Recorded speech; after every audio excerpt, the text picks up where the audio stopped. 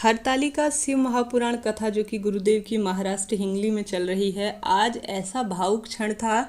एक महिला होने के नाते, एक माँ होने के नाते मेरी भी आंखें नम हो उठी। अगर आप ये प्रसंग सुनेंगे, गुरुदेव की कथा अभी भी चल रही है, मैं भी श्रवण कर रही हूँ, तो सभी की आंखें नम हो जाएंगी। एक ऐसा पत्र आया।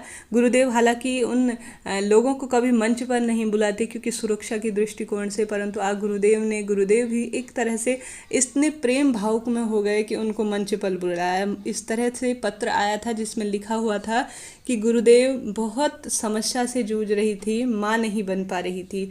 एक बार हुआ था क्या कि बच्चे पैदा हुए थे मेरे, शुरू में एक बेटा पैदा हुआ था और वह जो है कई तरह की पेट की समस्याओं के साथ पैदा हुआ था। कई इलाज कराया, पूरा बैंक अकाउंट इत्यादि खाली होने लगा था। हम सभी जानते हैं कि दुख बीमारियां होती हैं तो कितना पैसा खर्च होता है। बम्बई एम्स इत्यादि में दिखाने को कहा, लेकिन रास्ते में ही बच्चे ने दम तोड़ दिया। दोबारा माँ बनी तो यही बात हुई, उसे भी खूब पैसा लगाया परंतु वह भी बच नहीं पाया। दोनों ही बेटे थे, अब मेरी झोली जो है खाली थी, कहीं से भी हार गई थी। डॉक्टर यही कह रहे थे कि अब आपके बच्चे जो भी होंगे इसी तरह की दुख बीमारी इत्यादि, अपंग इत्यादि पैदा होंगे। परंतु मैंने हार नहीं मानी। पहले तो मैं कथा इत्यादि नहीं श्रवण करती थी क्योंकि इस तरह की सुविधाएं नहीं थी, परंतु जब से आपकी कथा का श्रवण करने लगी तो शिव महापुराण कथा आपके मुख से सुनी और आंवले की नवमी के दिन जो आपने उपाय बताया था करने का, वह उपाय मैंने किया। साथ ही पशुपति व्रत मैंने किया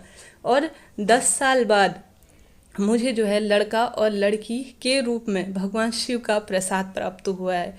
और वह महिला कहते हुए रोने लगी। मेरे भी गला बहुत रूस आया था क्योंकि माँ होने के नाते हम सभी जानते हैं इस पीड़ा को। और गुरुदेव ने उस लेडी को अर्थात और उनके दोनों बच्चों को ऊपर मंच पर बुलाया। गुरुदेव ने, जैसे स्क्रीन पर देख पा रहे हैं, उन्हें अपने प्यार से बहुत प्रेम से खिलाया। बच्चे रोने लगे थे और वह महिला भी रोने लगी थी। गुरुदेव का यह क्षण और उस महिला के लिए हम सभी ने ताली बजाई। मैं तो टीवी के माध्यम से सुन रही थी तो ताली बजाई, मन में एक मुस्कुराहट थी कि किसी को तो यह सुख मिला है। विशेष रूप से कई जन इस चीज़ से प्रभावित होते हैं और वह महिला उन दोनों बच्चों को गुरुदेव के आगे ढोग दिलाने के लिए, उनका आशीर्वाद दिलाने के लिए आज लाई हुई थी।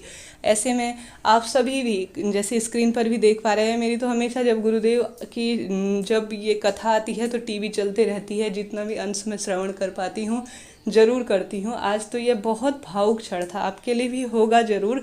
आप सभी के जीवन में भी महादेव खुशियों के बौछारें करे, घर परिवार पर सुख समृद्धि हो, ऐसी कामना है। हर हर महादेव। श्री शिवाय नमस्तुभ्यम।